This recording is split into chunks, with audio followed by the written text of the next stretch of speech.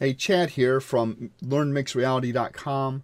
Welcome back to the series here where we are creating a game from scratch, from start to finish, for mixed reality devices. So far, we have created the game logic. We have worked with our motion controllers. We have made it so that when we tap on the boxes, that the boxes will disappear and that the P will show up if it's the right one. And we made sure that in the last session that when the P shows up that we disable input so you can't easily or quickly check one of the other items until we restore that input, which happens on the next turn when the items are reset. Now this week we're actually going to take all this information that we've been seeing in the console log and make it visible to the user. So we're going to add in a score, and we'll even add in a high score text, although we won't be writing that logic this time. We'll say that for the next session. But we're going to be displaying the score, displaying the high score. We'll be displaying our strikes, so however many strikes that the user has. And so we actually get some feedback here of what's going on. So let's go ahead and dig right in. So I'm going to just clear the console, make sure we have our scene saved, and jump here to our game controller. And I know I want 3 pieces of text ultimately to be visible. So I'm going to say private text mesh, and we want our strike text. So again, to kind of display an X for every time we have a strike. And we want a text mesh for our score text. And while we won't be hooking it up during this session, we also want a high score text. Now we could make these serialized fields and drag them on here. So we can actually create our text objects, make them serialized fields, and then drag the text objects onto the game controller. But what I'm going to do instead is find my text objects. So here inside of my start, the very first thing I'm going to do is say find my text objects. I'm going to hit Control Dot to actually generate that method. And the way I'm going to find them, and the reason why I'm doing this is this actually takes just a little bit more time, a little more processing time than hooking up to the editor. Because if we hook it up to the editor, then we know exactly what it is when the component starts. But we're going to do it one time on start, so even though it's going to be a little bit of performance hit, it's not going to be much. And to me, this makes it so it's not as brittle, because sometimes you'll move things around and you'll get a missing object in the editor, and trying to track that down can be time consuming. So for something like this, where I'm setting kind of all 3 of these at the same time, I'm just going to make a little function here to do so. By all means, you could simply turn these into serialized fields, or just make them public if you want to do that, and then in the editor drag the actual text meshes that we'll be creating into the game controller script. Alright, but I'm going to say I want this to be, I'm going to say strike text is equal to game object dot find game object with tag. And I want it to be strike text. It's going to be the tag I'm going to add to this. And I want to grab the actual text mesh component. Similarly, I'm going to do the same thing for score and high score. And this is going to be score text. And this is going to be high score text. Now, in order for us to have these objects, we need to, we'll find them based off the tag, but we need to actually set up the tag. So I'm going to go over here to Unity, and I'm going to create a brand new game object. and I'm going to call it play area. And we'll reset the position on that guy. And I'm actually going to drag table into the play area. Before I do, I'm going to reset the position on table to 0 and drag it into play area. And then on play area, in order to make it work in the device, we make it back to 0.5. Since we're not going to the device right now, I'm just going to have it as a -2. Could do -2.5. So when I start playing, I can just look down and see it. But when we go to deploy the device, I'm going to change that to 0.5 as I talked about in the previous sessions. But now that we have this play area and we have our table that has the items, I'm going to right click inside of here and say create a 3D object and create 3D text. And this text I'm going to call score. In fact, I think I'm just going to create another empty object and call this text and drag a score into text. That way all these will be in the same one. So create another 3D object, not empty. We'll create another 3D object, 3D text, and this one we're going to call high score. Create one more, and we'll call this one strike text. Now for all these, I'm going to change the font size to 64, but I'm going to change the character size to something really small, like 0.01. I will make it 0.02. We'll see how that looks like to begin with. And what that's going to do is give us some more, some crisp text. Okay, so if we actually take a look here, we can double click on the actual text and see what it looks like. So again, originally we had the font size of 0 and character size of 1, and it doesn't look very good. So we're going to change it to 0.2 and 64. We get a nice crisp text. I'm going to change the scores text from hello world to score 0. We'll change high score to high score 0. And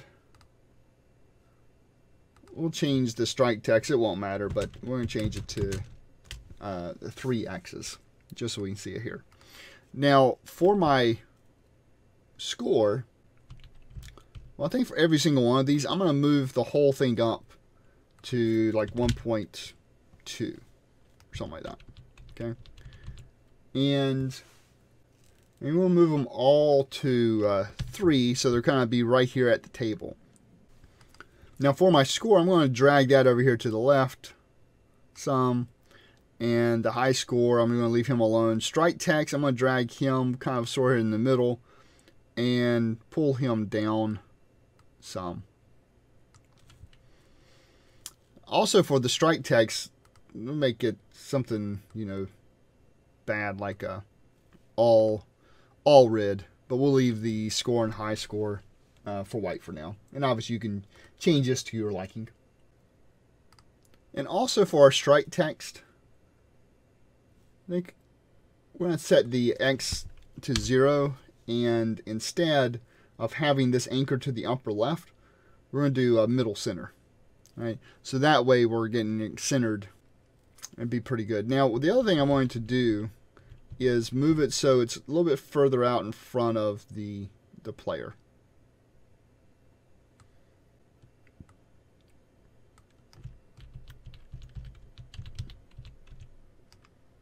So we're going to save the scene, and for these we need to create the tags. You remember in the code we're trying to find them based off of a tag. And so I'm going to come in here and say add tags. And I'm going to add 3 different tags. So the first tag was going to be score text. And the next one, high score text. And the last one, strike text. All right, so now we have the tags set. Going to save the project just to make sure that our tag assets get set in the project settings. And for my score here, I'm going to select my tag and select score text, high score, select high score text, and strike text to pick strike text. Now at this point, our values should get set.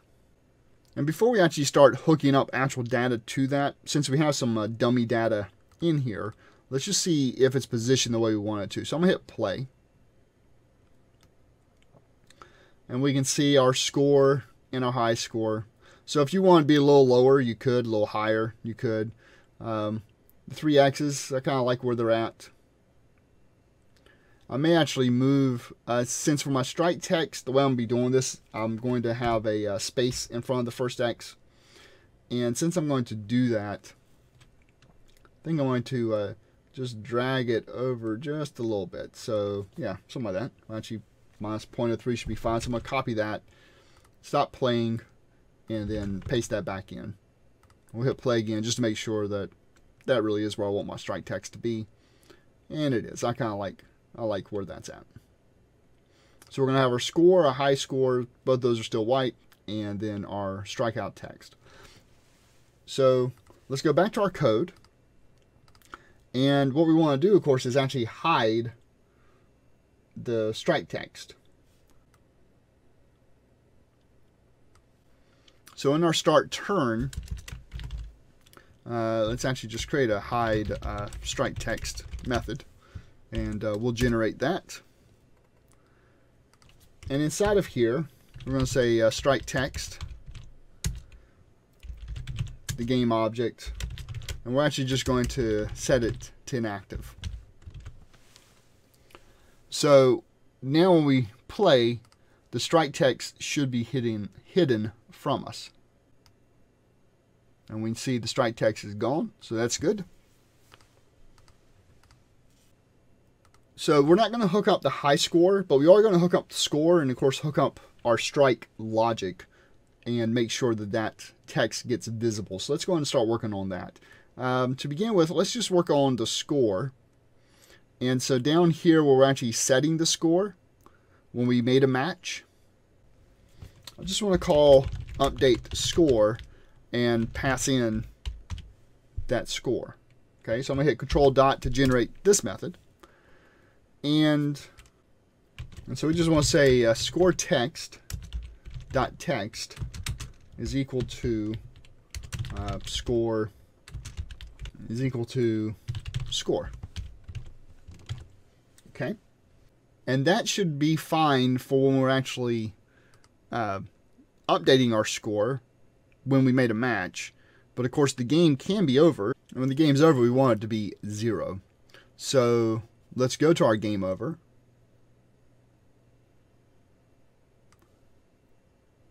And we're going to say update score, passing in a score again. So what I'm realizing, there's really no need to pass in the score. Since we have this private variable, I'm just say update score and come down here and delete that and delete the property. That way this is going to get our private member field be the same thing as saying this.score, right? But we don't need the this here because there's no reason, it's already in this member field scope. So let's see if our score is being updated correctly. I believe that's all we're going to have to do. Let's take a look. Okay, so select the first one. Sure enough, hey, our score got 3, so that's nice. And we'll try this one. No go. And we got 2 points for that one, so our score's 5. No go.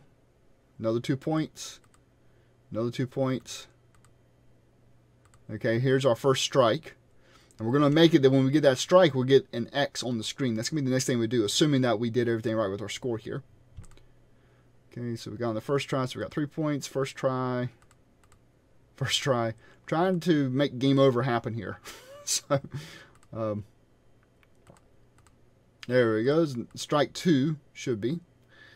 And I want to make sure that our score gets reset. Here's strike 3. and our score got reset to 0. So everything seems to be working fine with our score, and just make sure it is updating again. So now we're up to 2 because that's our second try. Great. So our score text is being updated correctly, so we're all good there. Now let's actually show when the strike happens, actually show that strike text and set it to some value. And of course the strike's going to happen in the match not made, right? So in the match not made here is where we want to show, you know, our strike text. I'm going to hit Control Dot to actually generate that method for us. But we don't want to show this if they just missed it. So if they're on the first try and they missed it on the first one, there's no strike there, right? So that's why we get this is strike back from our no match event args.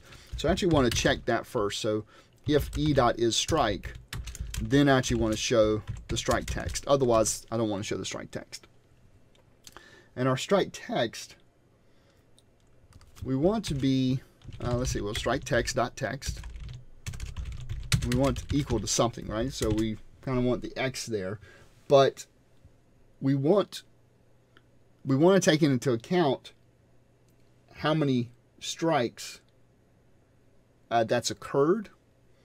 And so we could look at the CoreLogic's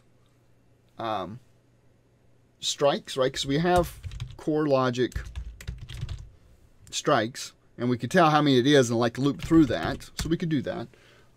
But I think I'd rather just rely on the fact that this thing's going to get called every time, and then I'll just reset it when it's appropriate. Reset it back to empty string, basically, when it's appropriate. And of course, it'll be hidden anyway.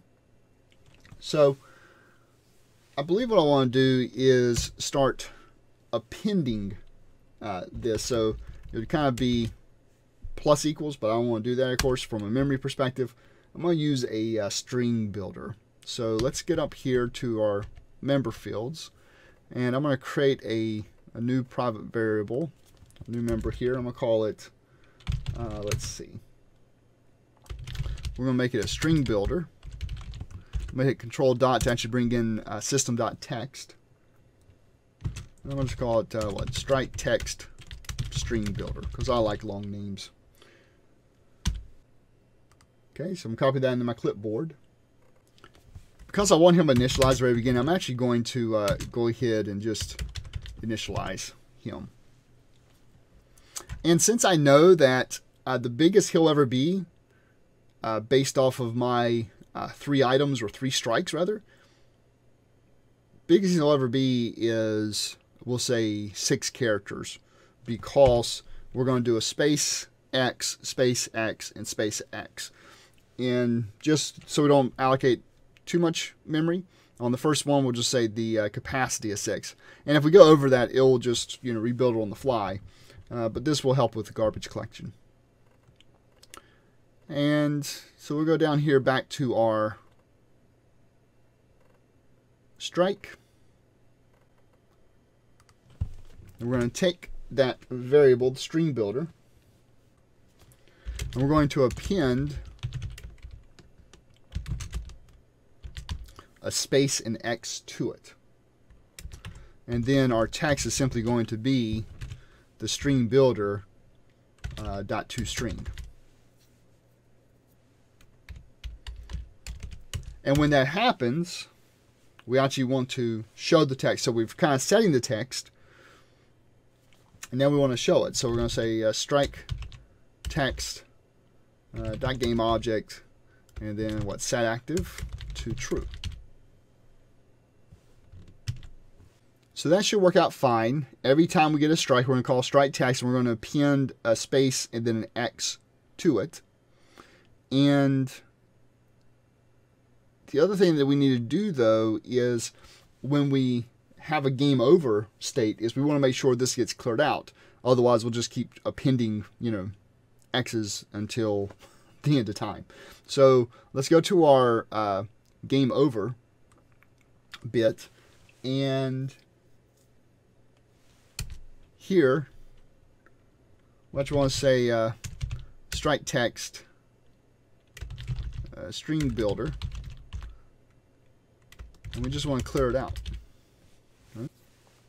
So we'll save that, and let's see if our text, strike text, is working correctly. Alright, so we'll try the first one. Actually got it right there. Someone try the second one. Got it wrong. So here we go. So when I click this, hopefully we're going to see an X in the middle. Hey, there we go. And it should go away. And it went away. Now we're on our next turn. We didn't get a strike that time. No strike. No strike. No strike. No strike. I'm actually doing pretty well in this game. 18. Okay, this would be strike number 2, so we should get 2 X's. And we do. Great. Okay, 3 X's. Yes. Okay, fantastic. Our score got reset to 0. We're going to try again, and we should only have 1 X the next time we get a strike. Okay, we're not there yet. Not there yet. Okay. Okay, here we go. This should only be 1 X, and it is. So, looks like our strike text is working as we would expect as well. So I'm going to go ahead and save the scene. Might as well save the project too. And that's where we're going to wrap up this session, where we brought in all the different text meshes and brought in score, high score, and strike text. Our logic is hooked up to set our score appropriately, so we're constantly adding to the score, and when the game's over, the score gets reset to 0 and the text is updated correctly. Our strike text, anytime we get a strike, then an X shows up and it appends multiple X's correctly, so we can actually get however many X's we have for however many strikes that we're going to allow. And then on game over, we're then resetting our string builder to be an empty string. So the next time the next strike happens, will be reset correctly.